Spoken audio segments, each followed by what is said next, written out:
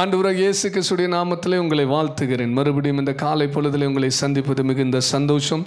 கர்த்தருடைய வார்த்தைக்குள்ளாக நம்ம கடந்து செல்லலாம். ஏசாயா தீர்க்கதரிசன புத்தகம் 55வது அதிகாரம் 3வது வசனத்தை வாசிக்கலாம். ஏசாயா தீர்க்கதரிசன புத்தகம் 55வது அதிகாரம் 3வது வசனம். சாய்த்து என்னிடத்தில் வாருங்கள், கேளுங்கள், அப்பொழுது உங்கள் ஆத்துமா பிழைக்கும்.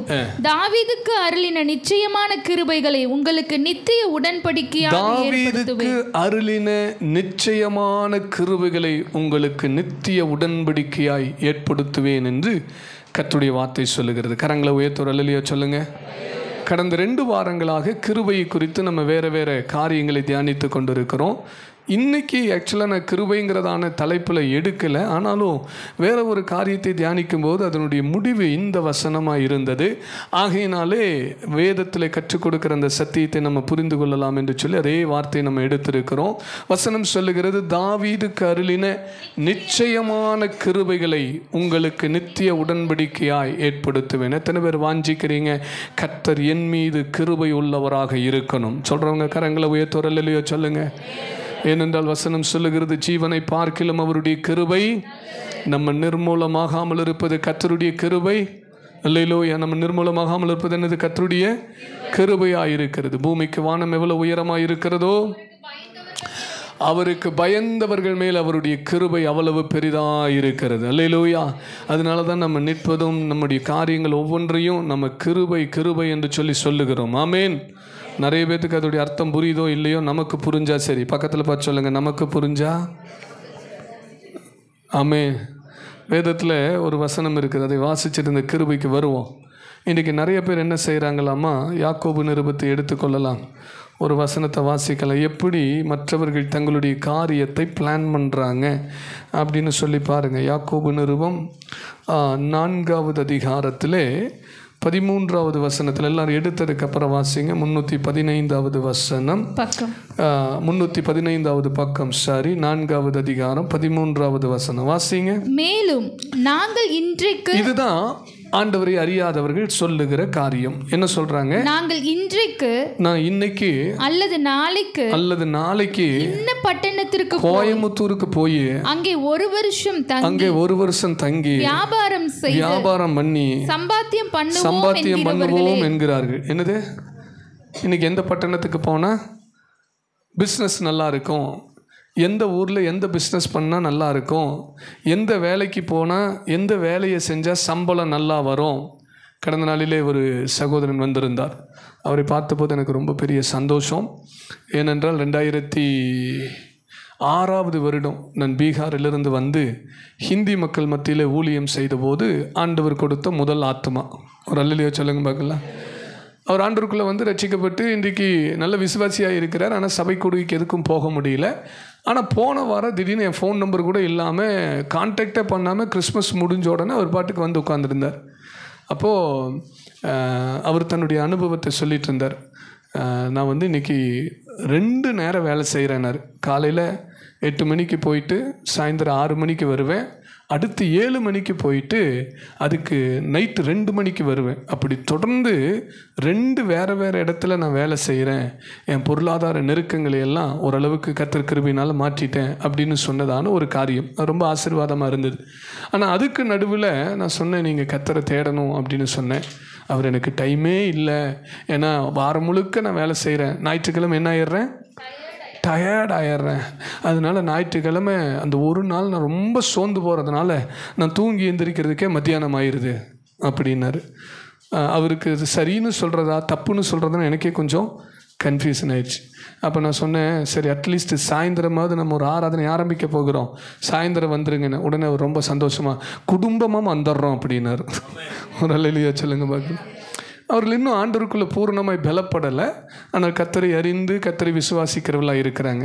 இன்றைக்கி நிறைய பேர் என்ன நினைக்கிறாங்கன்னா, நான் ஓட்டி செஞ்சு, நான் டியூட்டி செஞ்சு, நான் அதையே செஞ்சு, நான் இதையே செஞ்சு, இந்த பட்டணத்துக்கு போய் இந்த பிஸ்னஸை பண்ணி அந்த வேலையை செஞ்சு எப்படியாகில நான் சம்பாத்தியம் பண்ணிடுவோம் அப்படின்னு நினைக்கிறாங்க.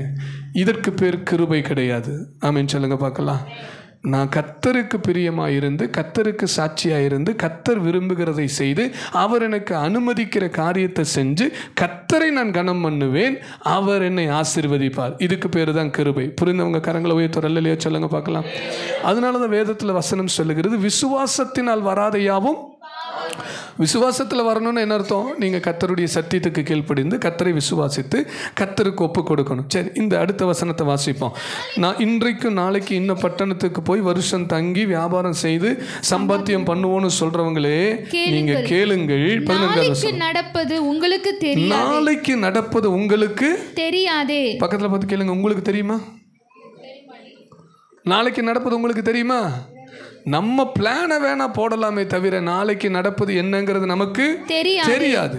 உங்கள் ஜீவன் எப்படிப்பட்டது, உங்கள் ஜீவன் எப்படிப்பட்டது. நமக்கு இன்னைக்கு உயிர் இருக்குது, யாரும் கேரண்டியா நான் 100 வருஷம் இருப்பேன்னு என்ன பண்ணிட முடியாது, சொல்லிட முடியாது. ஆசை வேணா பட்டுக்கலாம். நான் என்னது 100 வருஷம் இருந்து என் பிள்ளைகளை பார்த்து என் பேர பிள்ளைகளை பார்த்து பேர பிள்ளைகளோட பிள்ளைகளை பார்த்து ஆசைப்பட்டுக்கலாம். ஆனால் நம்முடைய ஜீவன் எப்படிப்பட்டது என்று தெரியாது. வாசிங்க. உங்கள் ஜீவன் எப்படிப்பட்டது, கொஞ்சம் காலம் தோன்றி. நம்முடைய ஜீவனை குறித்து வசனம் சொல்லுகிறது, கொஞ்சம் காலம் தோன்றி பின்பு தோன்றாமல் போகிற புகையை போல் இருக்கிறதே. நம்முடைய வாழ்க்கை எல்லாம் ஒரு புகை மாதிரி தான் இருக்குது. ஒரு அல்லையோ சொல்லுங்க பார்க்கலாம்.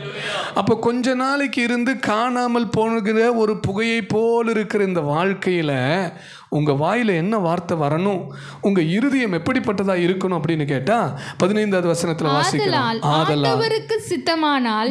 ஆதலால் என்ன அர்த்தம்? எதனால? உங்க வாழ்க்கை புகைய மாதிரி இருக்கிறதுனால, உங்க வாழ்க்கைக்கு உத்தரவாதம் இல்லாததுனால, உங்கள் ஜீவன் எப்படிப்பட்டது என்று உங்களுக்கு தெரியாததுனால, நாளைக்கு என்ன நடக்கணும் உங்களுக்கு தெரியாததுனால நீங்கள் எப்படி இருக்கணுமாமா? ஆண்டவருக்கு சித்தமானால். ஆண்டவருக்கு சித்தமானால் நாங்களும் உயிரோடு இருந்தால் இன்னின்னதை செய்வோம் என்று சொல்ல வேண்டும். அல்லேலூயா. சொல்றது புரிஞ்சுதா? ஆண்டவருக்கு. இப்போ இந்த வார்த்தையை நம்ம சொல்றோமோ இல்லையோ, முஸ்லிம்கள் நிறைய சொல்லுவாங்க. எப்பவுமே ஒரு வார்த்தை அவங்க சொல்லும் போது கூட சேர்த்து சொல்லுவாங்க. என்ன சொல்லுவாங்க? இன்ஷா அல்லாஹ். இது சில நேரத்தில் அர்த்தத்தை தெரிஞ்சு சொல்கிறாங்களே, தெரியாமல் சொல்லுவாங்களே தெரியாது. நீங்கள் திடீர்னு ஒரு ஆர்டர் போடுறீங்க, ஆர்டர் 2 நாளுக்கு அப்புறம் வரணும், 10,000 ரூபா பணம் கட்டியிருக்கிறீங்க. அவர் உதாரணத்துக்கு இன்ஷா அல்லாஹ் நான் உங்களுக்கு அனுப்புகிறேன்னா எப்படி இருக்கும்? விளக்குது உங்களுக்கு? ஸோ நிறைய நேரத்தில் இந்த மாதிரி சொல்லுகிறதெல்லாம் உண்டு. ஆனால் தேவ பிள்ளைகள் சொல்லணும், கர்த்தருக்கு சித்தமானால். அல்லேலூயா. ஆமீன். ஒவ்வொரு தடவையும் அந்த வார்த்தையை சொல்லி பாருங்கள். இதுக்கு பேர் தான் கிருபை. ஆண்டவர் உங்களை இந்த நிமிஷம் வரைக்கும் வைக்கிறதுக்கு அவர் சித்தமுள்ளவராக இருந்திருக்கிறார். புதிய வருஷத்தில் உங்களை குறித்து பல சித்தத்தை கர்த்தர் வைத்திருக்கிறார். எத்தனை பேர் விசுவாசிக்கிறீங்க? அல்லேலூயா. அதைத்தான் இப்போ நம்ம தியானிக்க போகிறோம். பக்கத்தில் பார்த்து சொல்லுங்கள், உங்களை குறித்து ஆண்டவர் பெரிய நோக்கத்தை வைத்திருக்கிறார். தாவீதுக்கு சொல்லும்போது சொன்னார், தாவீதுக்கு அருளின நிச்சயமான கிருபையை உனக்கு அருளுவேன். தாவீதுக்கு என்ன அப்படிப்பட்ட நிச்சயமான கிருபையை ஆண்டவர் கொடுத்தார், அதை தான் வாசிக்க போகிறோம். எடுத்துக்கொள்ளுங்க. 2 சாமுவேல் புஸ்தகம் 23வது அதிகாரம் 5வது வசனம். என்னுடைய வீடு தேவனிடத்தில் இப்படி இராதோ, சகலமும் திட்டம் பண்ணப்பட்டிருக்கிற நிச்சயமான நித்திய உடன்படிக்கையை என்னுடன் அவர் செய்திருக்கிறார். ஆதலால் என்னுடைய எல்லா ரட்சிப்பும் எல்லா வாஞ்சையும் வளர்ந்தோங்க செய்யாரோ. அல்லேலூயா. வாசிங்கள் இந்த வசனத்தை. என்னுடைய வீடு, 3 காரியத்தில் நம்ம 3 விஷயங்கள் இங்கே பார்க்குறோம். என்னுடைய வீடு. இந்த கேள்விகள் எல்லாம் நீங்கள் கேள்வியெல்லாம் எடுத்துருங்க. ஏன்னா அது தாவீதுக்கு தெரிஞ்ச ஒரு காரியத்தை, தாவீது ஆண்டவர் சொன்ன காரியத்தையே ஆண்டவரிடத்தில் சொல்லி ஜெபிக்கிறார். அவ்வளோதானே தவிர இது சந்தேகத்தில் எழுப்பப்பட்ட கேள்விகள் அல்ல. சரிங்களா? ஒரு ரெட்டோரிக்கலான ஒரு கொஸ்டின்ஸ் தான் இங்கே இருக்குது.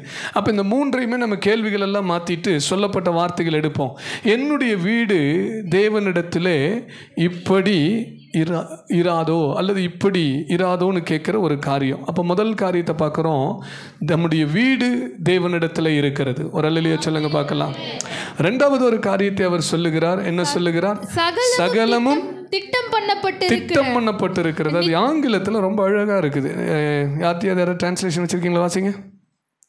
ஆங்கில வேதாகமத்தில் ஓ மை காட், இதுக்கு நான் இங்கிலீஷ் பைபிளையும் போடணுமா? சீக்கிரம் போடுங்கம்மா. My house were not right with God, surely he would not have made with me an everlasting covenant. NIV வாசிங்க. NIVல ஒரு டிரான்ஸ்லேஷன் வருது. He made me with an everlasting covenant, arranged and secured in every part. ஒரு அல்லேலூயா சொல்லுங்க பார்க்கலாம்.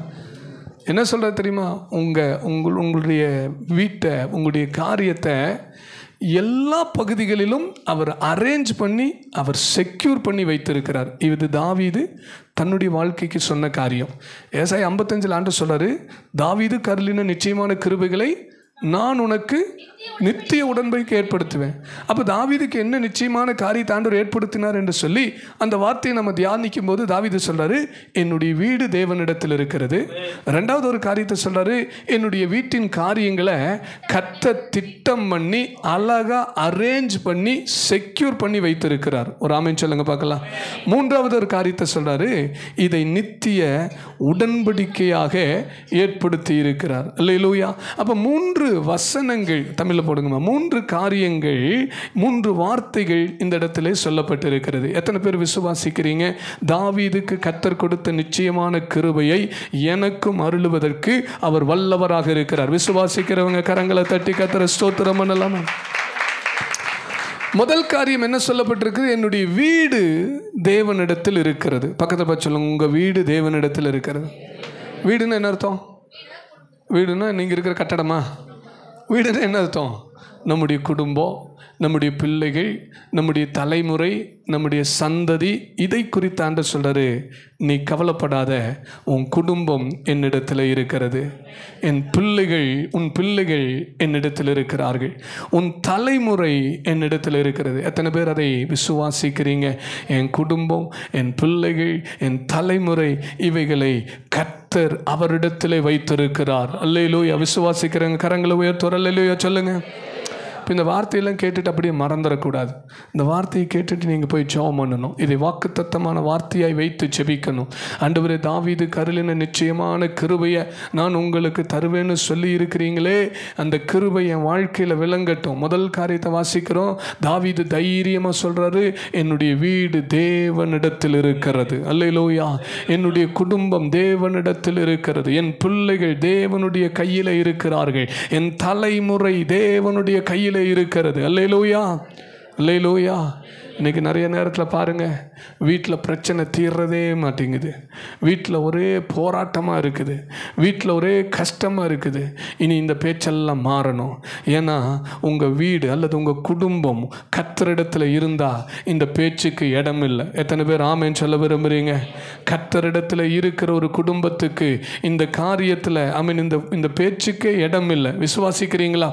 நீங்கள் புதிய வருஷத்துக்குள்ளே கடந்து வரும்போது இந்த வார்த்தைகளின் நிறைவேறுதலை பார்க்கணும். ஆண்டவரே, என் வீடு உம்மிடத்தில் இருக்கணும். ஆண்டவரே, யோபு பார்த்து சொன்னாங்க, உன் வீட்டின் எல்லை எங்கிலும் நீ குறைவை காண மாட்டாய், சமாதானத்தை பார்ப்ப அப்படின்னு சொல்லப்பட்டது. இன்றைக்கி தேவனிடத்தில் நம்முடைய வீடு, தேவனிடத்தில் நம்முடைய குடும்பம் இருக்கணும். தேவனிடத்தில் நம்முடைய குடும்பம் இருந்துச்சுன்னு சொன்னால் அது நமக்கு ஒரு பெரிய ஆசீர்வாதம். நம்முடைய பிள்ளைகள் தேவனிடத்தில் இருப்பார்கள் என்றால் அது ஒரு பெரிய ஆசீர்வாதம். விசுவாசிக்கிறீங்களா? அல்லேலூயா. அப்போ தாவீது தெளிவாய் ஒரு காரியத்தை சொல்கிறாரு, என் வீடு தேவனிடத்தில், என் குடும்பம் தேவனிடத்தில் இருக்கிறது. அல்லேலூயா. அடுத்த ஒரு காரியத்தை தாவீது சொல்றாரு, சகலமும் திட்டம் பண்ணப்பட்டிருக்குது. பக்கத்தில் பார்த்து சொல்லுங்க, நீங்க கவலைப்படாதீங்க, ஆண்டவர் உங்களுக்காக திட்டம் பண்ணி வச்சிருக்கிறார். ஆனால் நம்ம கேட்க மாட்டோம்.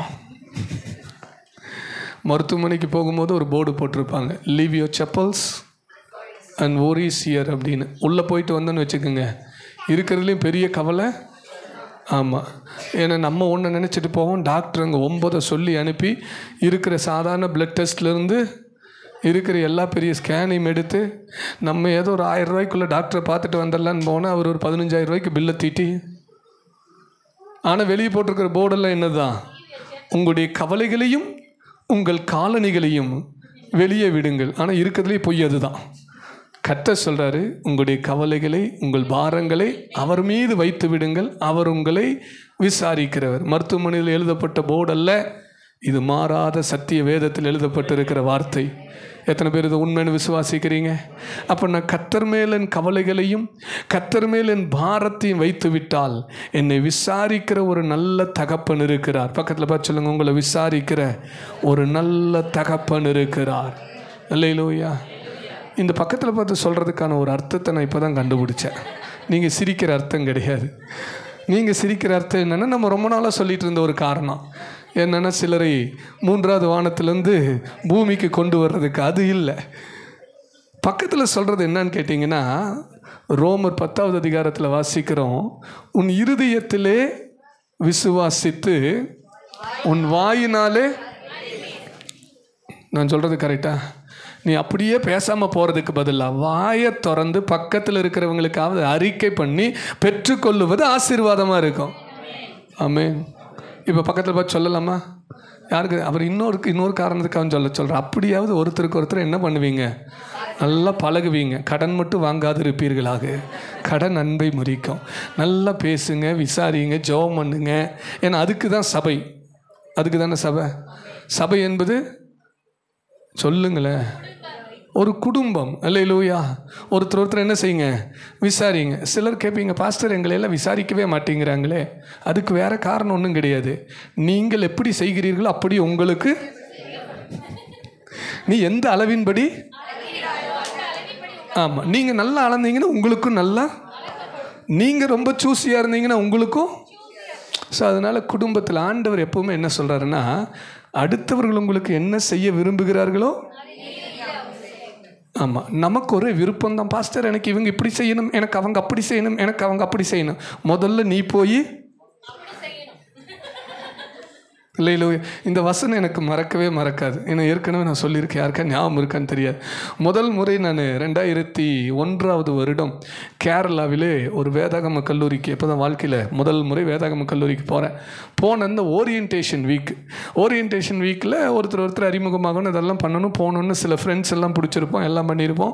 அந்த டைமில் இந்த ஓரியன்டேஷன் வீக்கில் எங்களுக்கு ஒரு பேப்பர் கையில் கொடுத்து எழுத சொன்னாங்க. என்ன சொன்னாங்கன்னா, உங்கள் நண்பர்கள் உங்களுக்கு என்ன செய்யணும் அப்படின்னு நினைக்கிறீங்களோ நீங்கள் எழுதி கொடுங்கன்னு. சிலர் எழுதுனானுங்க, இவன் மயில் மாதிரி ஆடணும், குரங்கு மாதிரி தாவணும், தவளை மாதிரி குதிக்கணும், இப்படி நல்லா எழுதி கொடுத்துட்டாங்க. நான் கொஞ்சம் ஜென்டிலாக டீசெண்டாக ஒரு பாட்டு பாடணும்னு சொல்லி, அதாவது உங்கள் ஃப்ரெண்டு பேரை எழுதிடணும், அவங்க என்ன செய்யணுங்கிறதான் என்ன செய்யணும் நீங்கள் எழுதணும். சிலரெல்லாம் உண்மையிலுமே அப்படி எழுதியிருந்தாங்க. அவன் ஃப்ரெண்டு பேரை போட்டுட்டு கீழே தவளை மாதிரி குதிக்கணும், அப்புறம் இந்த மாதிரி நான் சொன்ன மாதிரிலாம் கத்தணும், ஆடணும்னு எல்லாம் எழுதியிருந்தாங்க. நான் என்ன பண்ணேன், ஒருத்தன் பேரை போட்டு இவன் எனக்கு ஒரு பாட்டு பாடணும்னு எழுதியிருந்தேன். எப்படி இருந்துச்சு தெரியுமா? கரெக்டாக சீட்டு எடுத்தார் அந்த ஒரு மாஸ்டர். எடுத்துட்டு லூக்கால் அந்த வசனத்தை தேடி அதை வாசிக்க சொல்லி, நீ மற்றவர்கள் உங்களுக்கு என்ன செய்ய விரும்புகிறீர்களோ அதையே நீங்களும். இப்போ யோசிச்சு பாருங்க, தவளை மாதிரி குதிக்கிறவன்லாம் யார் எழுதுனாலும் அவனே தவளை மாதிரி குதிச்சான். குரங்கு மாதிரி தாவணுன்னு ஒருத்தர் எழுதியிருந்தான், அவனும் குரங்கு மாதிரி தாவினான். அப்புறம் என் பேர் வந்துச்சு, என் பேரை கூப்பிட்டாங்க. நான் டீசெண்டாக என்ன எழுதியிருக்கிறேன், பாட்டு பாடணும். அப்போ நமக்கு இங்கிலீஷ் பாட்டெல்லாம் ஒன்றும் தெரியாது. ஆனால் அதுக்கு முன்னாடி கொஞ்சம் பாட்டு தெரிஞ்சு வச்சுருந்தோம். அப்போ முதல் முறையாக ஒருத்தனை பாட சொல்லி கடைசியில் அது எம்எல்ஏ வந்ததுனால அப்புறம் போய் பரிதாபமாக நின்று there shall be showers of பிளஸ்ஸிங்னு ஒரு பாட்டு சொல்லியிருக்கிறேன்னா. ஆமாம், அப்போ அந்த பாட்டை பாடிட்டு வந்தேன். அதனால் எனக்கு இந்த வசனம் மறக்காது. மற்றவர்கள் உங்களுக்கு என்ன செய்ய விரும்புகிறீர்களோ அதை நீங்களே அவர்களை பக்கத்தில் பார்த்து சொல்லுங்கள், நீங்களே மற்றவர்களுக்கு என்ன செய்யணுமோ அதை செஞ்சுருங்க. அல்லேலூயா. சரி, சபை என்பது என்ன தெரியுமா? ஒரு அருமையான ஒரு குடும்பம், ஒரு வீடு. ஆகினால எதுக்கு பக்கத்தில் பார்த்து பேச சொல்கிறேன்? உங்கள் விசுவாசத்தை நீங்கள் அறிக்கை பண்ணுவதற்கு. இப்போ இந்த வசனத்தில் அருமையாக ஆங்கில வேதாகமம் சொல்லுகிறது. அப்போ யார் அது? கர்த்தர் எனக்காக எல்லாவற்றையும் திட்டம் பண்ணி இருக்கிறார். ஆங்கிலத்தில் அது ரொம்ப அருமையாக இருக்குது. He has arranged and secured. செக்யூர்னா என்ன அர்த்தம்? செக்யூர்னா என்ன? பாதுகாத்துட்டாருங்க. ஆமேன்னு சொல்லுங்க பார்க்கலாம். ஒரு இன்ஜினியர்கிட்ட ஒரு வீடு கட்டுறதுக்கு போனீங்கன்னா ஃபர்ஸ்ட் அவர் என்ன கொடுப்பாரு? ஒரு நல்ல பிளான் கொடுப்பாரு. அதுக்கு பேர் என்னது? ஆனால் இன்றைக்கி இருக்கிற இன்ஜினியர் எல்லாம் பார்த்தா கட்ட தொடங்கி பாதி வந்ததுக்கப்புறம் திரும்ப தலைகிலா இது சரியில்லைங்க, அது சரி. ஏங்க, உங்களைத்தான் கட்டுறதுக்கு முன்னாடியே ஒரு பிளான் கேட்டோமே, அப்போ ஒரு பிளானை கொடுத்தீங்களே. இன்றைக்கி நிறைய பேர் அப்படி இருக்கிறாங்க. ஆனால் ஆண்டவர் பாருங்கள், ஒரு பக்கா ப்ளூ பிரிண்ட் கொடுக்குறாரு. உன் லைஃப் இப்படி இருக்க போகுது, உன் குடும்பம் இப்படி இருக்க போகுது, உன் பிள்ளைகள் இப்படி இருக்க போகிறாங்க. ஒரு ப்ளூ பிரிண்ட்டை கொடுக்குறாரு. ஆண்டவர் சொல்கிறார், அதை நான் செக்யூர் பண்ணி வச்சிருக்கிறேன். No one will spoil that. Amen சொல்கிறீங்களா? விசுவாசிக்கிறீங்களா? வீடை கட்ட ஆரம்பிச்சிடுவோம். சில நேரத்தில் செங்கல் விலை ஏறிடுச்சு, மணல் விலை ஏறிடுச்சு. அப்புறம் வேறு என்ன வேண்டியதாக இருக்குது? பிளானு 2 மாடி கட்ட வேண்டியவங்க பிளானெல்லாம் இப்போ என்னவாயிருது? பாஸ்டர் 4 ரூமு கட்டணும்னு நினச்சேன், இருக்கிற விலைவாசியை பார்த்தா 2 ரூமே போதுமா, அதுவே கட்ட முடியல. நீ ஆண்டோடைய கையில் இருக்கிற காரியத்தை புரிஞ்சுக்கிட்டிங்கன்னா, அவர் உங்களுக்கு ஒரு பிளானை செக்யூர் பண்ணி வச்சுருக்கிறாரு. அவர் செக்யூர் பண்ண பிளானை எந்த இயற்கையும் மாற்ற முடியாது. விசுவாசிக்கிறங்க கரங்களை உயர்த்தோர் அல்லையோ சொல்லுங்க பார்க்க. இதை நீங்கள் விசுவாசிக்கணும். உன் குடும்பத்துக்காக, உன் பிள்ளைகளுக்காக. இந்த உபவாச ஜபத்தில் அதிகமாக அதுக்கு தான் ஜெபம் பண்ணியிருக்கிறோம். குடும்பத்துக்காய் ஜெபம் பண்ணியிருக்கிறோம், பிள்ளைகளுக்காய் ஜெபம் பண்ணியிருக்கிறோம், ஊழியங்களுக்காய் ஜெபம் பண்ணியிருக்கிறோம். கர்த்தர் சொல்கிறாரு, நான் இதை எல்லாவற்றையும் செக்யூர் பண்ணி அரேஞ்ச் பண்ணி வச்சுருக்கிறேன், நீ கவலைப்படாதீங்க. பக்கத்தில் பச்சோம், நீங்கள் கவலைப்படாதீங்க. இது விசுவாசிச்சாதான், சும்மாலாம் கிடையாது. அல்லேலூயா. அப்போ வாய் திறக்கும் போது ஒவ்வொரு தடவை என்ன சொல்லணும்? கர்த்தர் எனக்காக என் வீட்டை திட்டம் பண்ணி வைத்திருக்கிறார். அல்லேலூயா. எனக்கு ஆண்டவர் என் குடும்பத்தை, என் தலைமுறைகளுக்காக ஒரு நல்ல பிளான் வச்சிருக்கிறார். வாய் திறந்து சொல்லுங்களேன். அல்லேலூயா. அதை ஆண்டவர் செக்யூர் பண்ணி வைத்திருக்கிறார். விசுவாசிக்கிறீங்களா? ஆமென். சரி, இப்போ இந்த பிளான் எப்படி இருக்குதுன்னு பார்க்கணும். இந்த வார்த்தைகள் தாவீதுக்கு கொடுக்கப்பட்ட வார்த்தைகள். ஆண்டவர் அதை தாவீதுக்கு எப்படி சொன்னார்? 2 சாமுவேல் புஸ்தகம் 7வது அதிகாரம் எடுத்துக்கங்க. 2 சாமுவேல் புஸ்தகம் 7வது அதிகாரம் எடுத்துக்கிட்டு 12வது வசனத்தை வாசிங்க. நிறைவேறி நீ உன் பிதாக்களோடு நித்திரை 11வது வசனத்தை வாசி. உன்னுடைய எல்லா சத்துருக்களுக்கு முன்னே நீங்களாக்கி இளைப்பாறவும் பண்ணினேன். இப்போதும் கர்த்தர் உனக்கு வீட்டை உண்டு பண்ணுவார் என்பதை ஒரு அல்லேலூயா சொல்லுங்க பார்க்கலாம். இந்த வீடுங்கிறது நம்ம இருக்கிற கட்டடம் கிடையாது. வீடுங்கிறது என்னது? குடும்பம். வீடுங்கிறது தலைமுறை. ஏன்னா அந்த 7வது அதிகாரத்துடைய தொடக்கத்தில் நீங்கள் வாசிச்சிங்கன்னா, தாவீது கேதுரு மரங்களால் செய்யப்பட்ட பெரிய ஒரு அரண்மனையில் வாசம் பண்ணுறார். அப்போ தாவீதுக்கு வீடு இல்லாமல் கிடையாது. 7வது அதிகாரம் 11வது வசனத்தில் கர்த்தர் சொல்ல, நான் உனக்கு வீட்டை என்ன செய்வேனாமா? உண்டு பண்ணுவேன் அப்படிங்கிறார். அப்போ தாவீது ஒருவேளை, ஆண்டவரே நான் தான் ஏற்கனவே கேதுரு மரங்கள் போட்ட வீட்டில் அருமையாக நல்ல வசதியாக ஒரு வீட்டை கட்டி வீட்டில் குடியிருக்கிறேனே, அந்த வீடு வெறும் கட்டடம் தான். அல்லேலூயா. எத்தனை தான் காசு பணத்தை போட்டு கோடிக்கணக்காக செலவு பண்ணி நல்ல வீட்டை கட்டி அதில் குடியிருக்க வேண்டிய குடும்பம் விளங்காமல் போச்சுன்னா வீடு என்னாகும்? பாழாய் போன பில்டிங் ஆயிரும். ஒரு 10 வருஷத்துக்கு அப்புறம் அந்த வீட்டில் யார் இருந்தாங்கன்னே தெரியாது. ஆகையினால நீங்கள் பணத்தை கோடிக்கணக்காக போட்டு வீட்டை கட்டுறதல்ல, அந்த வீட்டுக்குள்ளே குடியிருக்க வேண்டிய குடும்பம், பின்னாடி தொடர்ந்து வர வேண்டிய தலைமுறை, பின்னாடி தொடர்ந்து வர வேண்டிய சந்ததி. அப்போ ஆண்டவர் கேதுரு மரங்களிலே வீட்டிலே வாசம் பண்ணுகிற தாவீதை பற்றி சொல்றாரு, நான் உனக்கு ஒரு வீட்டை உண்டு பண்ணுவேன். அந்த வீடு எப்படி இருக்கும் தெரியுமா? 12வது வசனத்தில் சொல்றாரு, நாட்கள் நிறைவேறி நீ உன் பிதாக்களோடு நித்திரை பண்ணும் போது நான் உனக்கு பின்பு உன் கர்ப்ப பிறப்பாகி உன் சந்ததியை எழும்ப பண்ணி அவன் ராஜ்யத்தை நிலைப்படுத்துவேன். அல்லேலூயா. தாவீதை பற்றி சொல்றாரு, நீ கவலைப்படாத. நீ என்ன ஆசைப்படுற? நீ இன்னைக்கு ஒரு பெரிய ராஜாவா இருக்கிற, ஜனத்தை ஆளுகிற தலைவனா இருக்கிற. உனக்கு பின்னாடி உன் பையன் இதே மாதிரி உன்னை போல ஒரு பொறுப்புள்ளவனாய் வந்து இந்த தேசத்தை பார்க்கணும், உன் குடும்பத்தை பார்க்கணும், உன் ராஜ்யத்தை பார்க்கணும் தான் நீ ஆசைப்படுற. அதை நான் செய்வேன் என்று கர்த்தர் சொல்லுகிறார். வாஞ்சிக்கிறவங்க கரங்களை உயர்த்தோர் அல்லேலூயா சொல்லுங்க பார்க்கலாம். உங்களுக்கெல்லாம் ஆசையே இல்லையா? எங்கள் பிள்ளைக்கு எப்படியோ போகட்டும். அப்படியா? இல்லை, நமக்கு என்ன ஆசை? எங்கள் பிள்ளைங்க வளர்கிறாங்க ஆண்டவரே, எங்கள் பிள்ளைங்க பொறுப்புள்ளவர்களாக இருந்து எங்களுக்கு அப்புறம் எங்கள் பிள்ளைங்க எங்கள் குடும்பத்தை, எங்கள் காரியத்தை முன்னின்று நடத்தி எல்லா விதத்திலும் அவர்கள் ஆசீர்வதிக்கப்பட்டு பொறுப்போடு இருக்கணும்னு வாஞ்சிக்கிறோம். ஆண்டவர் தாவீதுக்கு அதை சொல்கிறாரு, நான் அதை செய்வேங்கிறார். அப்போ தாவீது கருளின நிச்சயமான கிருபையை நமக்கு கொடுக்குறான்னு என்ன அர்த்தம்? நமக்கும் நம்முடைய குடும்பத்துக்கும் நம்முடைய பிள்ளைகளுக்கும் கர்த்தர் அதை செய்வேன்னு சொல்கிறார். பிள்ளைகளை உடையவங்களெல்லாம் கரங்களை உயர்த்தி, ஆண்டவரே எனக்கு இந்த வார்த்தைகளை நிறைவேற்றி எங்கள் பிள்ளைகளை அப்படியாக கர்த்தர் ஆண்டவரே ஆசீர்வதிப்பீராக சொல்லி ஸ்தோத்திரம் பண்ணலாமா? அல்லேலூயா. பிள்ளைகள் இல்லாதவர்களுக்கும் கர்த்தர் அந்த குடும்பத்தை உண்டு பண்ணுவேன் என்று சொன்னால், ஒரு குடும்பம்னு வரும்போது எல்லா ஆசீர்வாதம் இருக்குது. அதில் பிள்ளைகள் கட்டாயமாக குடும்பத்தில் என்ன செய்யணும்? இருக்கணும். ஆமென் சொல்லுங்க பார்க்கலாம். அப்போ நீங்கள் என்ன ஜெபம் பண்ணணும்? ஆண்டவர் உம்முடைய ஆசீர்வாதத்தில் ஒரு குறைவும் இல்லை. அதனால தான் சங்கீதத்தில் வாசிக்கிறோம், உன் பிள்ளைகள் உன் பந்தியை சுற்றிலும் எப்படி இருப்பார்கள்? ஒலிவ மர கன்றுகளைப் போல. 128வது சங்கீதத்தில் 3வது வசனத்திலே, உன் மனைவி உன் வீட்டோரங்களில் கனிதரும் திராட்சை கொடியைப் போல் இருப்பாள், உன் பிள்ளைகள் உன் பந்தியை சுற்றிலும் ஒலிவ மர கன்றுகளைப் போல இருப்பார்கள். இதோ கர்த்தருக்கு பயப்படுகிற மனுஷன் இவ்விதமாய். சங்கீத பகுதியிலே அதே வார்த்தையை வாசித்தோம். கர்த்தர் மேலே பிரியமாக இருக்கிறாரான்னு ஒரு கேள்விக்கு பதில் இருக்குதா? கட்டாயமாக இருக்குது. நீங்கள் கர்த்தருக்கு பயப்படுறீங்களாங்கிறதுக்கு பதில் சொல்லிட்டீங்கன்னா அவர் உங்கள் மேலே பிரியமாக இருக்கிறதுக்கான பதிலை அவர் சொல்லுவார். அல்லேலூயா.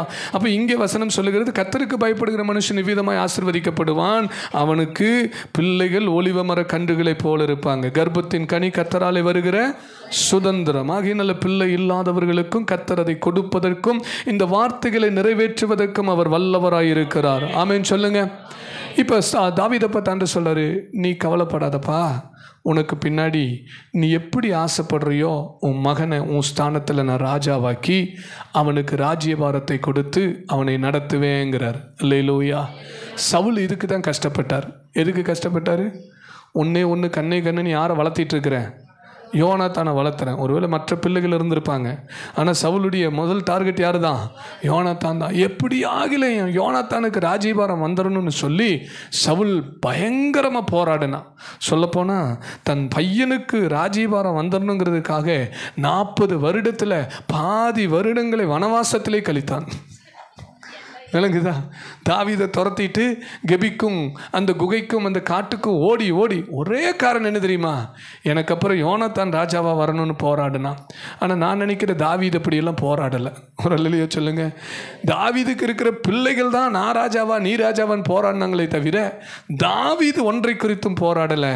ஏன்னா தாவீதுக்கு தெளிவான ஒரு வாக்குத்தத்தம் இருந்தது.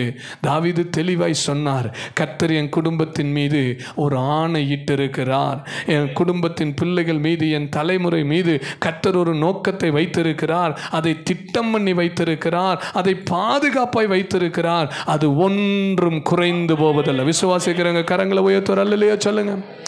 உங்க குடும்பத்தை குறித்து உங்க பிள்ளைகளை குறித்து கர்த்தர் திட்டம் பண்ணி இருக்கிறார், அரேஞ்ச் பண்ணி வைத்திருக்கிறார், பாதுகாப்பாய் வைத்திருக்கிறார், அது ஒன்றும் அவருடைய கரத்திலிருந்து தவறி போவதே கிடையாது. அல்லேலூயா. இப்போ வெறும் உலக பிரகாரமான ஆசீர்வாதங்கள் மட்டும் நம்முடைய பிள்ளைகள் மேலே கர்த்தர் வைத்திருக்கிற நோக்கம் அல்ல. நம்முடைய குடும்பத்தின் மீது கர்த்தர் வைத்திருக்கிற நோக்கங்கிறது ஏதோ இந்த பிள்ளைங்க நல்லா படிக்கணும், நல்ல வேலைக்கு போகணும், நல்லா சம்பாதிக்கணும், நல்ல வீடு கட்டணும், காரு வாங்கணும், பங்களா வாங்கணும், நல்ல ஆசீர்வாதமாக இருக்கணும், இது மட்டும் கர்த்தருடைய நோக்கம் அல்ல. இந்த பிள்ளைகள் மேலே கர்த்தர் வைத்திருக்கிற ஒரு நோக்கம் என்னன்னா, இந்த பிள்ளைகளுக்குள்ளாக இயேசு வெளிப்படணும், இந்த பிள்ளைகளுக்கு இயேசு ராஜாவாக இருக்கணும். ஆமென் சொல்லுங்க. இதுதான் தாவீதுக்கு கர்த்தர் கொடுத்த நிச்சயமான கிருபை. 12வது வசனத்தில் உடனடியாக கர்த்தர் சொல்லும்போது, சாலமோனுக்கு உன் கர்ப்ப பிறப்பாகிய அவனை நான் எழுப்பி அவனுக்கு என்ன செய்வேன்? ராஜ்யத்தை நிலைப்படுத்துவேன் அப்படின்னு சொல்லி ஆண்டவர் சொல்லுகிறார். 13வது வசனத்தில் அவன் என் நாமத்துக்கென்று ஆலயத்தை கட்டுவான், சிங்காசனத்தை நான் அவனுக்கு கொடுப்பேன். இதெல்லாம் சொல்லி முடிச்சுட்டு 16வது வசனத்துக்கு வரும்போது ஒரு வார்த்தை சொல்றாரு. வாசிங்க. உன் வீடும் உன் ராஜ்யமும் என்றென்றைக்கும் உனக்கு முன்பாக ஸ்திரப்பட்டிருக்கும், உன் ராஜாசனம் என்றென்றைக்கும் நிலை பெற்றிருக்கும் என்று சொல்லுகிறார். இந்த 16வது வசனம் யாரை குறித்து சொல்லுகிறது? இயேசு கிறிஸ்துவை குறித்து சொல்லுகிறது. ஏன் சாலமோன் என்னன்னைக்கும் உயிரோடு இருப்பாரு? இல்லை. அப்போ தாவீதுக்கு அழகாக கர்த்தர் சொல்றாரு, உன்னுடைய ராஜ்யம், சரியா? 16வது வசனத்தில் உன்னுடைய ராஜ்யம் என்றென்றைக்கும் என்ன செய்யும்? நிலைத்திருக்கும். உன் ராஜாசனம் என்றென்றைக்கும் நிலை பெற்றிருக்கும். அப்போது உன் வீட்டை குறித்து நான் திட்டம் பண்ணிட்டேன், உன் தலைமுறைகளை குறித்து நான் திட்டம் பண்ணிட்டேன், உன்னை குறித்து நான் பிளான் பண்ணிட்டேன் அப்படின்னு சொல்லும் போதே ஆண்டவர் அவனுக்கு அந்த உலக பிரகாரமான ஆசீர்வாதத்தையும் கொடுத்து அவனுடைய சந்ததியாகிய சாலமோன், அவனுடைய பிள்ளைகள், அவன் சாலமோனுடைய சந்ததிகள் ராஜாவாகிறதை குறித்து எல்லாத்தையும் சொல்லிட்டு கூடவே சொல்றாரு, இதன் முடிவு, இதன் மகிமை இயேசு வெளிப்படுவது. ஆமென் சொல்லுங்க. அப்போ இன்றைக்கி உங்கள் பிள்ளைகளுக்காக நீங்கள் ஜெபம் பண்ணும்போது 2 காரியத்துக்கும் ஊக்கமாக ஜெபம் பண்ணணும். என் பிள்ளைங்க நல்லா படிக்கணும், நல்ல வேலைக்கு போகணும், நல்ல வேலையில் அமரணும், எங்கள் பிள்ளைங்க எங்களை போல் பொறுப்பாக வரணும், எங்கள் பிள்ளைங்க எங்களுடைய காரியத்தில் சிறப்பாக இருக்கணும். எப்படி ஜெபிக்கிறீங்களோ அதே மாதிரி உங்கள் பிள்ளைகளுக்கு இயேசு மகிமையாக இருக்கணும். அல்லேலூயா. உங்கள் பிள்ளைகள் கர்த்தருடைய ஆளுகைக்குள்ளே இருக்கணும். அதனால தான் 2 சாமுவேல் புத்தகத்தில் அந்த தொடக்கத்தில் ஸ்தோத்திரம் 5வது அதிகாரத்துடைய எந்த வசனம் வாசிச்சோம் சார்? 23வது அதிகாரத்துடைய ஆரம்ப வசனங்கள் வாசிச்சோம்னா வாசிங்க. 5வது வசனம் வாசிங்க. என்னுடைய வீடு தேவனிடத்தில் இப்படி சரி 3வது வசனம் வாசிங்க. இஸ்ரவேலின் தேவனும் இஸ்ரவேலின் கன்மலையுமானவர் எனக்கு சொல்லி உரைத்ததாவது நீதிபரராய் மனுஷரை ஆண்டு தெய்வ பயமாய் துரைத்தனம் பண்ணுகிறவர் இருப்பார். துரைத்தனம் தமிழ்ல நமக்கு புரிய மாட்டேங்குது. இங்கிலீஷ்ல என்னன்னா ரூலிங் அர்த்தம். தமிழ்ல நம்ம ஏதோ ஒரு வித்தியாசமான வார்த்தையை பார்க்குறோம். இங்கிலீஷ்ல என்னது? ரூலிங். அப்போ இங்க தாவீது என்ன சொல்லுகிறார் அப்படின்னு சொன்னா, கர்த்தர் தாவீதுக்கு என்ன சொன்னார்னா, நான் உன் குடும்பத்தை ஆசீர்வதிக்க போகிறேன், உன் குடும்பத்தை நான் திட்டம் பண்ணி இருக்கிறேன், உன் குடும்பத்துடைய காரியத்தை, உன் தலைமுறைகளுடைய காரியத்தை நான் அரேஞ்ச் பண்ணி இருக்கிறேன், நான் செக்யூர் பண்ணி இருக்கிறேன்.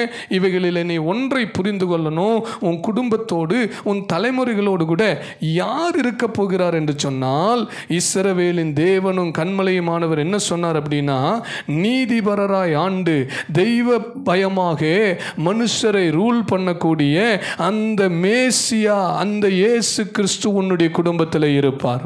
ஆமென் சொல்லுங்க. இதையத்தான் தாவீதுக்கு கர்த்தர் முதல்லயே சொன்னார். அதனால தான் தாவீது சொல்றாரு, இஸ்ரவேலின் தேவனும் இஸ்ரவேலின் கன்மலையுமானவர் எனக்கு என்ன சொன்னார் என்று சொன்னால், இப்படிப்பட்ட ஒருவர் இருப்பார். உங்க குடும்பத்தில் இயேசு இருக்கணும். பக்கத்தில் பார்த்து சொல்லுங்க, உங்க குடும்பத்தில் இயேசு இருக்கணும். சிலருக்கு என்ன பிரச்சனைன்னா, இயேசு இருக்கிறாரோ இல்லையோ அதெல்லாம் அடுத்ததுங்க பாஸ்டர். என் பையனுக்கு நல்ல வேலை கிடைக்கணும், கை நிறைய சம்பாதிக்கணும், அவன் சீக்கிரம் பெருசாக காரு வாங்கணும், வீடு கட்டணும், கல்யாணம் பண்ணணும், அப்புறம் அப்படியே போயிட்டே இருக்க வேண்டியதான். குழந்தை பிறக்கணும், குழந்தைக்கு கல்யாணம் ஆகணும், பிள்ளை. இதெல்லாம் கர்த்தர் திட்டம் பண்ணின காரியம்தான், மாற்றமே இல்லை. ஆனால் தாவீதுக்கு ஆண்டவர் சொல்லும் போதே சொல்கிறாரு, உன் வாழ்க்கையில் இதெல்லாம் நான் செய்வேன், இதை செய்யறதுக்கு முன்னாடி நீ ஒரு காரியத்தை புரிந்து கொள்ளணும். நீதிபரராய் மனுஷரை ஆண்டு தெய்வ பயமாய் துரைத்தனம் பண்ணுகிறவர் உங்களோடு கூட இருப்பார். அல்லேலூயா. 4வது வசனத்தில், காலையிலே மந்தாரம் இல்லாமல் உதித்து மலைக்கு பிற்பாடு தன் காந்தையினால் புல்லை பூமியிலிருந்து முளைக்க பண்ணுகிற சூரியனுடைய விடியற்கால வெளிச்சத்தை போல இருப்பார் என்றார். என்று கர்த்தராகிய தேவன் உன் வாழ்க்கையில் இருப்பார், உன் குடும்பத்தில் இருப்பார், உன் தலைமுறைகளோடு கூட இருப்பார். அவர் உன்னோடு கூட இருக்கிறபடினாலே உன் குடும்பம் கர்த்தர் திட்டம் பண்ணி வைத்திருக்கிறார், உன் தலைமுறைகளை கர்த்தர் திட்டம் பண்ணி வைத்திருக்கிறார், அவர்களுக்குரிய காரியத்தை கர்த்தர் பாதுகாப்பாய் வைத்திருக்கிறார். எத்தனை பேர் ஆமென் சொல்ல விரும்புறீங்க? அல்லேலூயா. ஆண்டவர் இதை நிறைவேற்றுவேன், இதை நடத்துவேன் என்று சொல்லி கர்த்தர் இந்த வார்த்தைகளை தாவீதுக்கு சொன்னார். அடுத்த வசனத்தில் வாசிக்கிறோம், இதை எப்படி பண்ணியிருக்கிறாரம்மா? நிச்சயமான உடன்படிக்கையாக பண்ணியிருக்கிறார். பக்கத்தில் பார்த்து சொல்லுங்க, உங்களையும் உங்கள் குடும்பத்தையும் உங்கள் பிள்ளைகளையும் கர்த்தர் ஆசீர்வதிப்பது என்பது தண்ணியில் எழுதின வார்த்தை கிடையாது. இன்னைக்கு நம்ம நிறைய பேர் சொல்லலாம், நான் பாருங்க உங்களுக்கு இதையை பண்ணிடுவேன் பாருங்க. யார் சொல்கிறாங்களோ அவங்க தான் என்ன செய்ய மாட்டாங்க. ஆமாம், நிறைய நேரத்தில் நம்முடைய வார்த்தைகள் எல்லாம் எதில் எழுதப்படுகிற வார்த்தைகள்? தண்ணியில் எழுதப்படுற வார்த்தை. ஆனால் கர்த்தருடைய வார்த்தை அப்படி அல்ல. நான் உன்னை ஆசீர்வதிப்பேன்னு சொல்கிறது, உன் குடும்பத்தை நான் ஆசீர்வதிப்பேன்னு சொல்கிறது, உன் பிள்ளைகளுடைய காரியத்தை நான் திட்டம் பண்ணி வைத்திருக்கிறேன் என்று சொல்லுவது சாதாரண வார்த்தைகள் அல்ல, நித்திய உடன்படிக்கையாக இருக்கிறது. ஆமென் சொல்லுங்க. அந்த உடன்படிக்கை எப்படியெல்லாம் ஆண்டவர் செய்தார் என்பதை 89வது சங்கீதத்தில் சில வசனங்களில் வாசிக்கிறோம். எடுத்துக்கொள்ளுங்க. 89வது சங்கீதத்தை எடுத்துக்கொள்ளுங்க. அந்த வசனங்களை வாசித்து பாருங்க. எல்லாரும் எடுத்துக்கொள்ளுங்க, வாசிங்க. 3வது வசனத்தை வாசிங்க. என்னால் தெரிந்து கொள்ளப்பட்டவனோடு உடன்படிக்கை பண்ணி. என்னால் தெரிந்து கொள்ளப்பட்டவனோடு உடன்படிக்கை பண்ணினேன். இப்போ எத்தனை பேர்த்துக்கு உங்களுக்கு விசுவாசம் இருக்குது? கர்த்தர் உங்களை தெரிந்து கொண்டார் சொல்லுகிறவங்க கரங்களை உயர்த்தி அல்லேலூயா. இப்போ தாவீதுக்கு மாத்திரம் சொன்ன வார்த்தை இல்லை, நமக்கு சொல்லப்படுகிற வார்த்தை. ஆண்டவர் சொல்றாரு, என்னால் தெரிந்து கொள்ளப்பட்டவனோடு நான் என்ன செய்கிறேன், உடன்படிக்கை பண்ணினேன். நேற்றைய தினத்தில் ஏசாயா 41 நம்ம வாசித்தோம். பூமியின் கடையாந்திரத்திலிருந்து உன்னை அழைத்து கொண்டு வந்து நீ என் தாசன் என்று சொன்னேன், நான் உன்னை வெறுத்து விடவில்லை. அப்போ இன்னைக்கு நமக்கு ஒரு கேரண்டி இருக்கணும், கர்த்தர் நம்மை தெரிந்து கொண்டிருக்கிறார். எத்தனை பேர் சொல்றீங்க, இயேசு என்னை தெரிந்து கொண்டிருக்கிறார்? அல்லேலூயா. பூமியின் கடையாந்திரத்திலிருந்து என்னை தெரிந்து கொண்டிருக்கிறார். இன்னைக்கு நிறைய பேர் நம்ம கூட இருக்கிறவங்க இருக்கிறாங்க, அவங்க இன்னைக்கு சபைக்குள்ள இல்லை, அவங்க ஜெபிக்கிறவளா இல்லை, வேதத்தை வாசிக்கிறவளா இல்லை. நம்மை சுற்றி ஏராளமான ஜனங்கள் இருக்கும்போது கர்த்தர் நம்மை தெரிந்து கொண்டு நம்மை அழைத்து கொண்டு வந்திருக்கிறார். அல்லேலூயா. 20வது வசனத்தில் வாசிக்கிறோம், என் தாசனாகிய தாவீதை கண்டு என் பரிசுத்த தைலத்தினால் அவனை அபிஷேகம். தெரிந்து கொண்டது மாத்திரமல்ல, அவனை நான் என்ன செஞ்சிருக்கிறேன், அபிஷேகம் பண்ணியிருக்கிறேன். இந்த நித்திய உடன்படிக்கையை குறித்து வேதம் சொல்லுகிறது. ஏன் ஆண்டவர் இதை நித்திய உடன்படிக்கையை வைத்திருக்கிறார், அதை நான் எப்படி புரிந்து கொள்ள முடியும், அவருடைய உடன்படிக்கை என்னை விட்டு மாறாது என்பதற்கு எனக்கு என்ன கேரண்டி? அவர் சொல்லியிருக்கிறார் இந்த ஆசீர்வாதத்தை, உன் வீட்டை நான் திட்டம் பண்ணுறேங்கிறாரு, உன் தலைமுறையை நான் ஆசீர்வதிக்கிறேங்கிறாரு, உன் குடும்பத்தை நான் நடத்துவேங்கிறாரு. இதுக்கெல்லாம் என்ன கேரண்டி? அல்லேலூயா. அந்த கேரண்டி நீங்கள் எப்படி உறுதிப்படுத்திக் கொள்ள முடியும்? இந்த வசனங்களில் உறுதிப்படுத்திக் கொள்ள முடியும். முதலாவது, உங்களால் புரிந்து கொள்ள முடிகிறதா, கர்த்தர் உங்களை தெரிந்து கொண்டிருக்கிறார். இரண்டாவது, அந்த வார்த்தை சொல்லுகிறது, நான் உன்னை என்ன செய்திருக்கிறேன், பரிசுத்த தைலத்தினாலே அபிஷேகம் பண்ணி இருக்கிறேன். எத்தனை பேர் சொல்ல முடியும், கர்த்தர் என்னை அபிஷேகம் பண்ணி இருக்கிறார்? சொல்ல முடியுமா? ஆண்டவர் என்னை தெரிந்து கொண்டிருக்கிறார், ஆண்டவர் என்னை அபிஷேகம் பண்ணி இருக்கிறார். அல்லேலூயா. 20 நிறைய வசனம் இருக்கு, வாசிக்க நேரம் இல்லை, ஆனால் கொஞ்சம் வசனம் வாசிக்கலாம். 24, என் உண்மையும் என் கிருபையும் அவனோடு இருக்கும். எத்தனை பேர் சொல்றீங்க, கர்த்தருடைய உண்மை, கர்த்தருடைய கிருபை என்னோடு கூட இருக்கிறது? சொல்றாங்க, கைகளை உயர்த்தோ சொல்லலாமா? கர்த்தர் உங்களை தெரிந்து கொண்டார் என்று நீங்கள் விசுவாசிச்சீங்கன்னா, கர்த்தர் உங்களை பரிசுத்த தைலத்தினால் அபிஷேகம் பண்ணி இருக்கிறார் என்று நீங்கள் விசுவாசிச்சீங்கன்னா, கர்த்தருடைய கிருபை உங்களோடு கூட இருக்கிறது என்று சொல்லி நீங்கள் விசுவாசிச்சீங்கன்னா, நிச்சயம் இந்த வாக்கு தத்தத்தின் ஆசீர்வாதங்களை பெற்றுக்கொள்ள முடியும். அல்லேலூயா. 8வது வசனத்திலிருந்து 36வது வசனம் வரைக்கும் இருக்குது. நிறைய வசனங்கள், நீங்கள் அப்படியே வேதத்தை பாருங்க, நானே அதில் சில வார்த்தைகளை சொல்கிறேன்.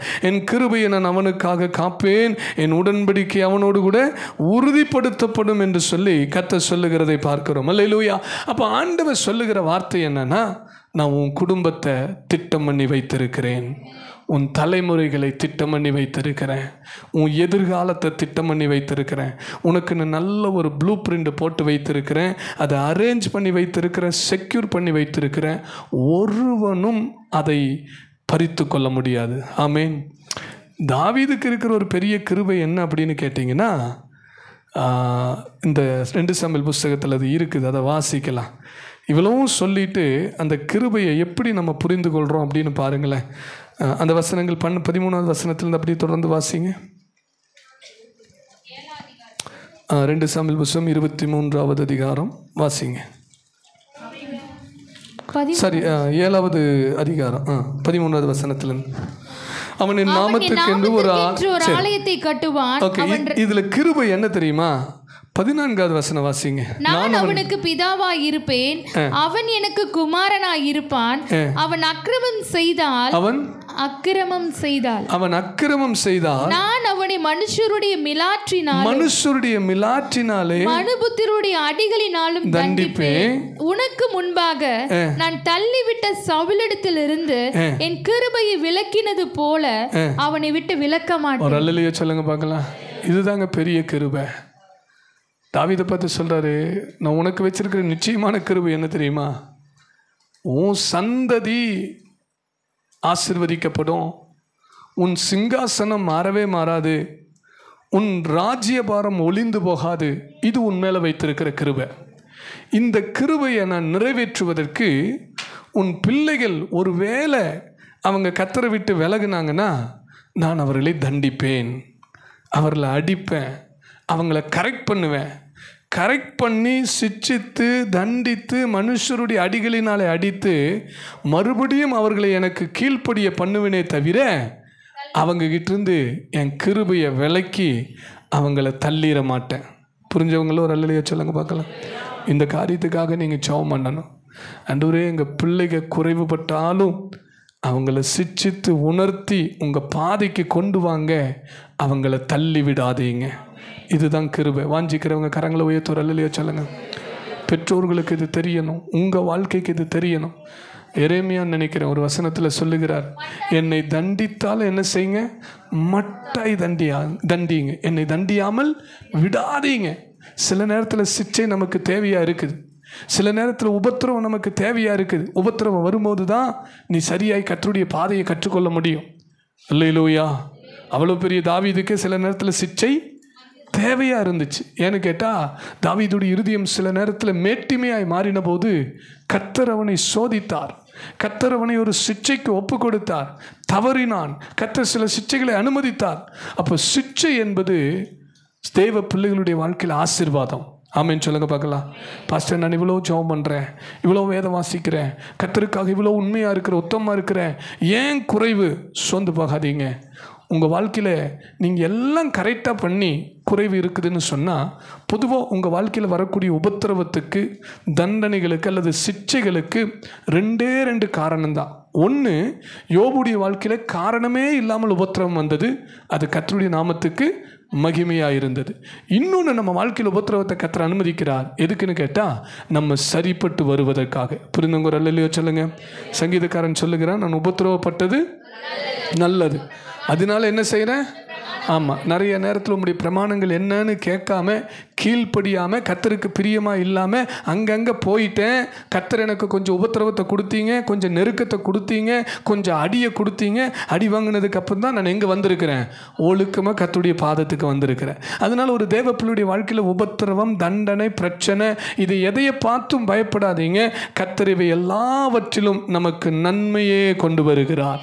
அதனால தான் நீதிமொழிகள் 3 வாசிக்கிறோம், கர்த்தர் சிட்சிக்கும் போது நீ என்ன செய்யாத, சோர்ந்து போகாத. கர்த்தருடைய சிட்சையை அற்பமாய் எண்ணாத. அவர் தண்டிக்கும் போது நீ சோர்ந்து போகாத. ஏன்னா அதுக்கப்புறம் வசனம் சொல்லுகிறது, தகப்பன் யாரிடத்தில் தகப்பன் அன்பு கூறுகிறவனை சிட்சிக்கிறது போல கர்த்தரும் எவனிடத்தில் அன்பு கூறுகிறாரோ அவன் என்ன செய்கிறார். இன்றைக்கி ஒரு சிலர் அப்படி வந்திருக்கீங்க, என்ன பாஸ்டர் ஓயாத கஷ்டம், ஓயாத பிரச்சனை, எவ்வளோ நாள் ஜெபம் பண்ணுறோம், பதிலே கிடைக்க மாட்டேங்குது, இங்கே பிரச்சனை, அங்கே பிரச்சனை, இந்த வழி திறக்கும்னு நினைக்கிறேன், அந்த வழி திறக்கும்னு நினைக்கிறேன், போகிறெல்லாமெல்லாம் அடைபட்டே இருக்குதே. கவலைப்படாதீங்க. உங்கள் வாழ்க்கையில் அதை சிச்சையாக உணர்ந்தீங்கன்னா இன்னும் கர்த்தருக்கு உங்களை பரிசுத்தப்படுத்துங்க. ஒரு சத்தியத்தை புரிந்து கொள்ளுங்க, கர்த்தர் உங்களிடத்தில் அன்பாக இருக்கிறார். பக்கத்தில் பார்த்து சொல்லுங்கள், கர்த்தர் உங்களிடத்தில் அன்பாக இருக்கிறார்.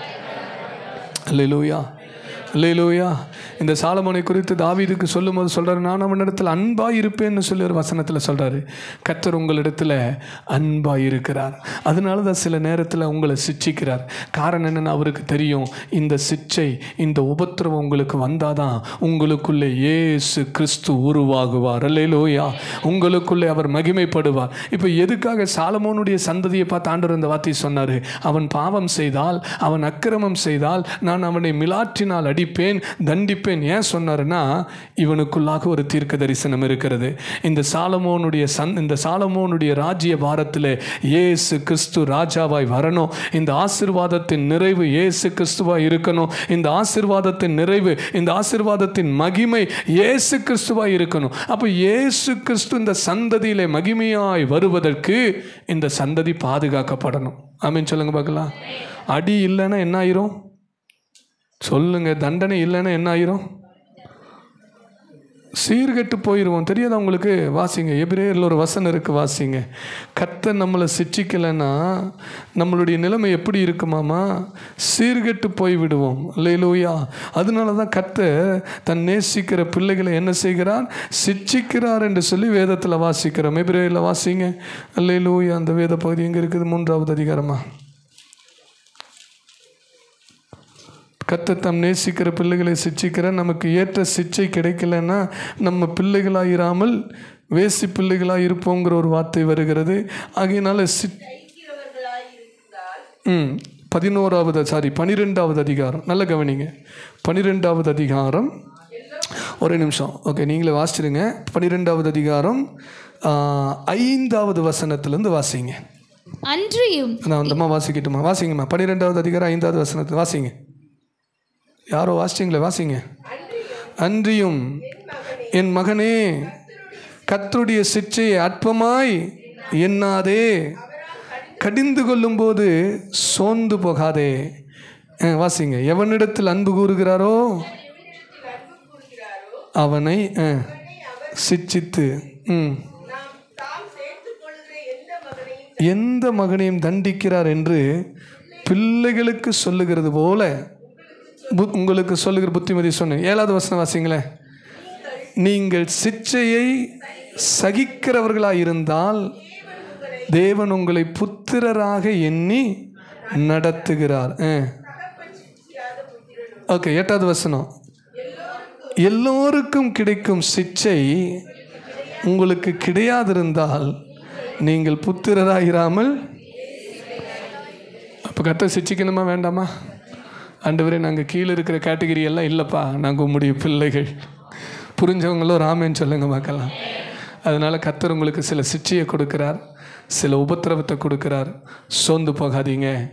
கர்த்தர் உங்கள் மேலே ஒரு பெரிய நோக்கம் வச்சிருக்கிறாரு.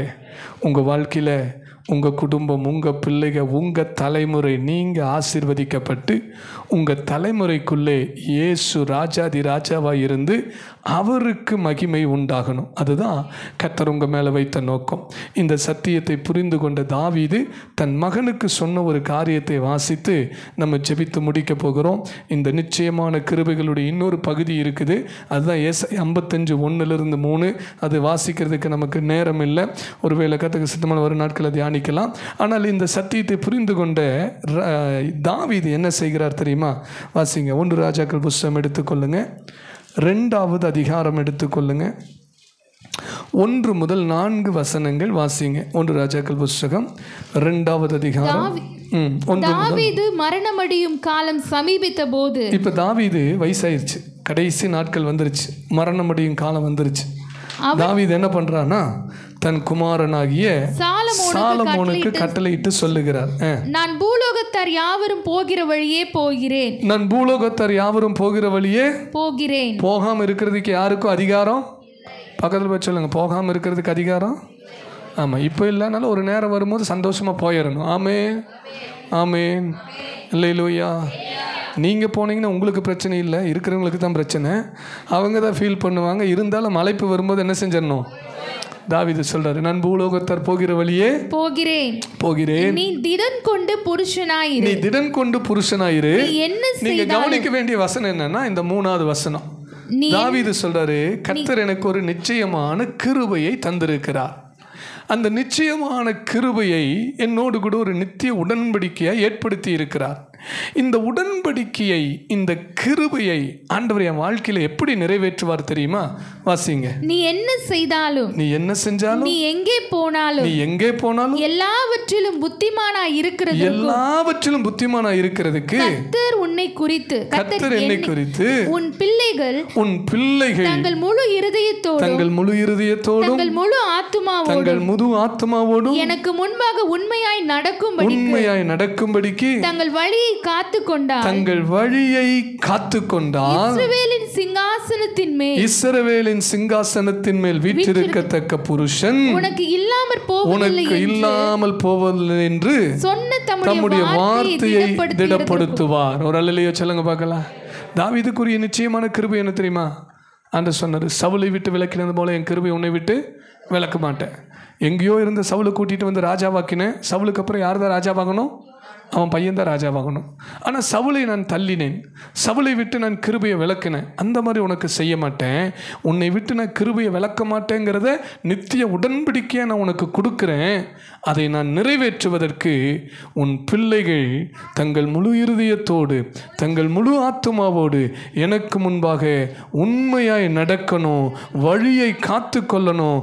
இதை அவர்கள் செய்வார்கள் என்று சொன்னால் நான் உன்னை விட்டு என் கிருபையை விளக்க மாட்டேன்னு சொல்லுகிறார். ஆமென் சொல்லுங்க பார்க்கலாம். இதைத்தான் அங்கே சாலமோனுக்கு தாவீது சொல்லுகிறார். சில நேரத்தில் அவர்கள் வழி விலகினார்கள். ஆனாலும் கர்த்தர் ஏற்கனவே சொன்னது போல அவங்க வழி விலகினாலும் நான் அவர்களை சிட்சித்து மறுபடியும் சரியான வழிக்கு கொண்டு வருவேன் என்று சொல்லரு. உன்னை குறித்து நான் உன் வீட்டை குறித்து திட்டம் பண்ணி வைத்திருக்கிறேன். எழுமி நில்லுங்க, கண்களை மூடுங்க. இந்த வார்த்தைகளை அப்படியே ஜெபித்து சுதந்தரித்து கொள்ளுங்க. அல்லேலூயா. எழுமி நிற்கலாமா? கண்களை மூடுவோமா? இந்த வார்த்தையை சுதந்தரிக்கணும்னா உங்களுடைய மனநிலைமை எப்படி இருக்கணும் தெரியுமா? அதை 1 சாமுவேல் 2 சாமுவேல் 7வது அதிகாரத்தில் தாவீது சொல்லுகிறார், இம்மட்டும் என்னை நடத்தி கொண்டு வருவதற்கு நான் எம்மாத்திரம் என்று சொல்லுகிறார். 18வது வசனத்தில், தேவரீர் என்னை இதுவரைக்கும் கொண்டு வருவதற்கு நான் எம்மாத்திரம், என் வீடு எம்மாத்திரம். உங்கள் பிள்ளைகளை பார்த்து நீங்கள் ரொம்ப எரிச்சல் அடைய வேண்டாம், சோர்ந்து போக வேண்டாம், திட்டி திட்டி தீர்க்க வேண்டாம். இந்த வசனங்களை சொல்லுங்க. உலக மக்களோடு கூட பெருசாக கம்பேர் பண்ணி நீ விளங்காமல் போயிடுவேன், நீ அப்படி போயிடுவேன், உனக்கு இப்படி ஆயிரும் அப்படி ஆயிரும், இதெல்லாம் சொல்லாதீங்க. நீங்கள் உங்கள் பிள்ளைகளுக்குரிய, உங்கள் தலைமுறைக்குரிய, உங்கள் குடும்பத்துக்குரிய உங்கள் பிள்ளைகளுக்குரிய, உங்கள் தலைமுறைகளுக்குரிய ஆசீர்வாதத்தை நீங்கள் தீர்மானிக்கலை. எத்தனை பேர் ஆமேன்னு சொல்ல விரும்புகிறீங்க? மேபி கர்த்தர் உங்களை, உங்கள் பிள்ளைகளை படிக்க வைக்கிறார், குடும்பத்தை நடத்துறதுக்கான தகுதிகளை கொடுக்கிறார். ஆனால் உங்கள் பிள்ளைகளுடைய எதிர்காலத்தை தீர்மானிக்கிறது கர்த்தர். பிள்ளைகளுடைய வருங்காலங்களை தீர்மானிக்கிறது கர்த்தர். நீங்கள் அவங்களுக்கு ஜஸ்ட் ஹெல்ப் தான் பண்ணணும், அவங்களுக்கு உதவி செய்யணும், அவர்களுக்கு சத்தியத்தை கற்றுக் கொடுக்கணும். அந்த பிள்ளைகள் கர்த்தருடைய வழியில் நடக்கணும், கர்த்தருடைய கற்பனைகளின்படி நடக்கணும், கர்த்தருக்கு முன்னாடி உண்மையாக நடக்கணும். தாவீது சாலமோனுக்கு கற்றுக் கொடுத்து செய்தது போல அதையே கற்றுக் கொடுங்க, அதையே சொல்லிக் கொடுங்க. ஆனால் உங்கள் பிள்ளைகளை குறித்து எரிச்சல் அடைகிறதோ அல்லது உங்கள் பிள்ளைகளுடைய காரியங்களை குறித்து மனசு விட்டு போகிறதோ இதெல்லாம் பண்ணாதீங்க. இந்த வார்த்தையை திரும்ப திரும்ப அறிக்கை பண்ணுங்க. எங்கள் பிள்ளைகளை, எங்கள் குடும்பத்தை, எங்கள் தலைமுறையை உங்கள் கரத்தில் கொடுக்குற ஆண்டவரே. எத்தனை பேர் ஜெபம் பண்ண விரும்புகிறீங்க? நீ ஆண்டவருடைய கரத்தில் கொடுக்கும்போது உங்களுக்கு ஒரு சிந்தை வரணும், நான் எம்மாத்திரம், நான் எம்மாத்திரம். உங்கள் வாழ்க்கையை நீங்கள் யோசிச்சு பாருங்களேன். நீங்கள் இன்றைக்கி உயிரோடு இருப்பதற்கு காரணம் கர்த்தர் தான். எத்தனையோ மரண பள்ளத்தாக்குகள் வந்தது, வியாதி பலவீனங்கள் வந்தது. எத்தனையோ நேரத்தில் நீங்கள் மரித்து போயிருக்கலாம். சிலரை பார்த்து எனக்கு ரொம்ப வேடிக்கையாக இருக்கும். காரணம் என்னென்னா, இன்றைக்கி அவங்க உயிரோடு இருக்கிறதே கர்த்தருடைய பெரிதான கிருபை. ஆனால் அவங்க பிள்ளைகளை நினச்சி, குடும்பத்தை நினச்சி பெரிய ஒரு பாரத்தை தலைமையில தூக்கி வச்சு, நான் இல்லைன்னா என் குடும்பம் அப்படி ஆயிரும், என் பிள்ளைங்க இப்படி ஆயிரும், அப்படிலாம் கிடையாது. நீங்கள் இருக்கிறதுக்கு காரணமே கர்த்தருடைய கிருபை. உங்கள் பிள்ளைகளை கர்த்தர் நடத்துவார். நீங்கள் உங்கள் பிள்ளைகளுக்கு என்ன சொல்லணும்? தாவீது சொன்ன மாதிரி, நீ திடன் கொண்டு புருஷனாயிரு, நீ திடன் கொள், நீ கர்த்தருடைய காரியத்தில் உறுதியாரு, நீ கர்த்தரை நம்பு, கர்த்தரை பற்றிக்கொள்னு சொல்லணும். அதுதான் ஒரு சரியான வளர்ப்பு. அந்த விசுவாசத்தை சொல்லிக் கொடுங்க, அந்த தெய்வ பயபக்தியை சொல்லிக் கொடுங்க, கர்த்தருடைய திட்டம் தீர்மானத்தை சொல்லிக் கொடுங்க. நீங்கள் இன்னைக்கு ரொம்ப கவலைப்பட்டு சரீரத்தில் வியாதியை கொண்டு வர்ற அளவுக்கெல்லாம் போராடாதீங்க. ஜெபம் பண்ணுங்க, ஆண்டவருக்கு நன்றி செலுத்துங்க.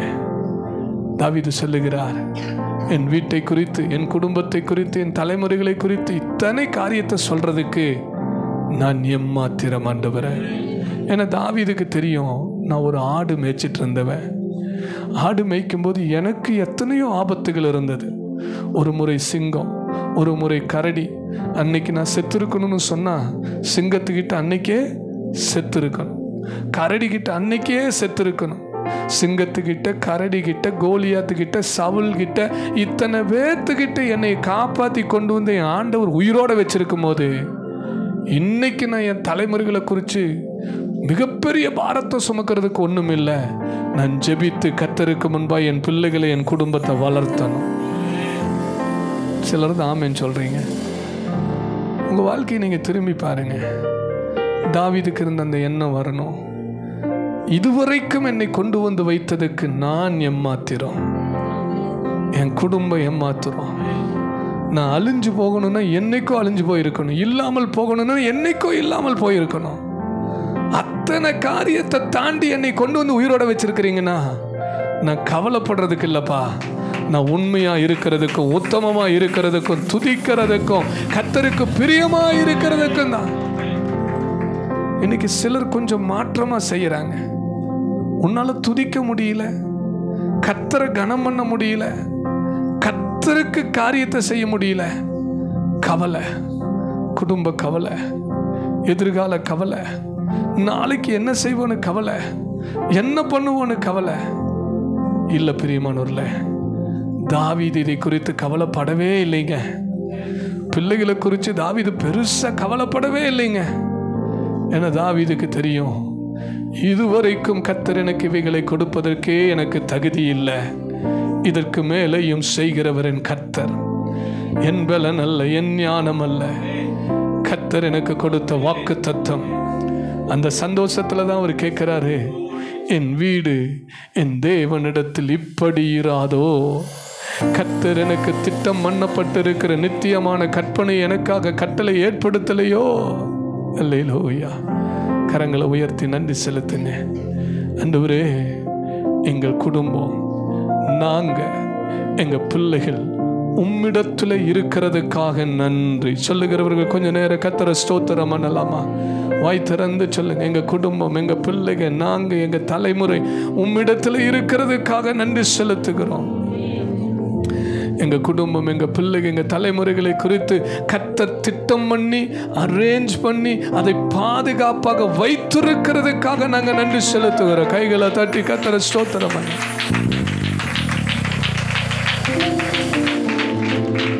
அதை ஒரு தண்ணீல எழுதின எழுத்தாய் அல்ல, அதை நிறைவேற்றி தீர்க்கிற நித்திய கற்பனையாக, நித்திய உடன்படிக்கையாக தந்திருக்கிறீங்க. ஒருவேளை இந்த ஆசீர்வாதத்தில் எங்கள் பிள்ளைகள் குறைவுபட்டு போனாலும் அவங்கள சிச்சித்து, அவங்கள சரிப்படுத்தி, அவங்கள உணர்த்தி, அவங்கள மறுபடியும் கொண்டு வந்து இந்த உடன்படிக்கை நிறைவேறுதலுக்கு கொண்டு வருவேன்னு சொல்லியிருக்கிறீங்க. நாங்கள் அதை நம்புகிறோம் ஆண்டவரே. அல்லேலூயா. எங்கள் பிள்ளைகளுடைய வாழ்க்கையில் இயேசு ராஜாதி ராஜாவை ஆளுகை செய்து மகிமைப்படுவீர் என்று சொல்லியிருக்கிறீங்க. அது உண்டாயிருக்கட்டும்.